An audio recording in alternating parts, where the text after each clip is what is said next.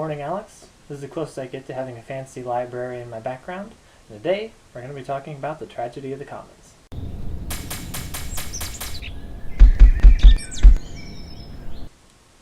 The tragedy of the commons was a theory started by Garrett Hardin back in 1968.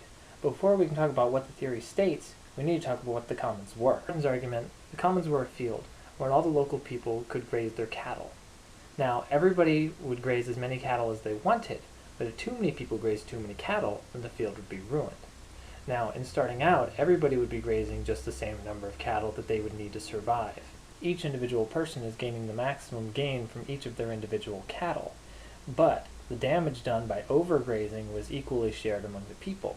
So, if I were to put another cow in the field, I would get all the benefit of having that cow, but the cost of me having that cow would be spread across the entire population, so I would get more benefit for less loss individually.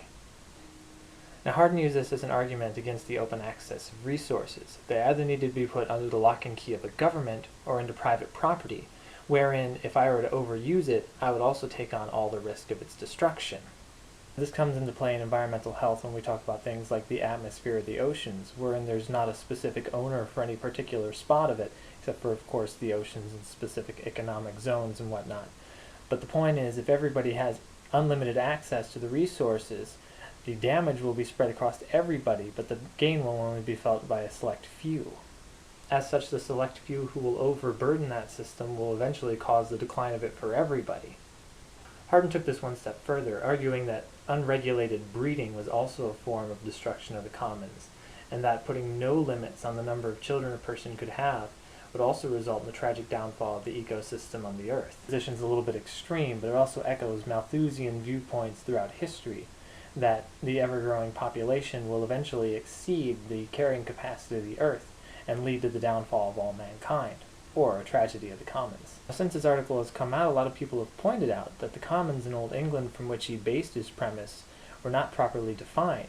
In Old England, the commons were under extreme control, and the number of cows you could put out to pasture in the commons was very, very regulated, and as such is not representative of what he's put in his study. Some people have gone so far as to point out that the downfall of the commons in Old England was based on the interest in private property, that those interested in private property actually purposely caused the commons to fail so that they would go into private ownership and they could become more wealthy that way.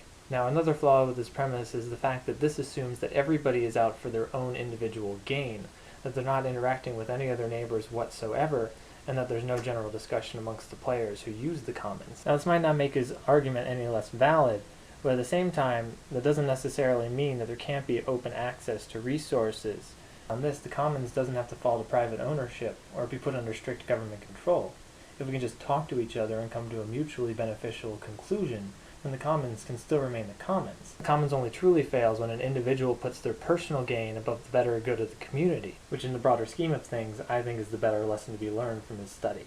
Anyways, Alex, that was my super crash course on the commons. Hopefully that made a little bit of sense, and I will see you on Monday.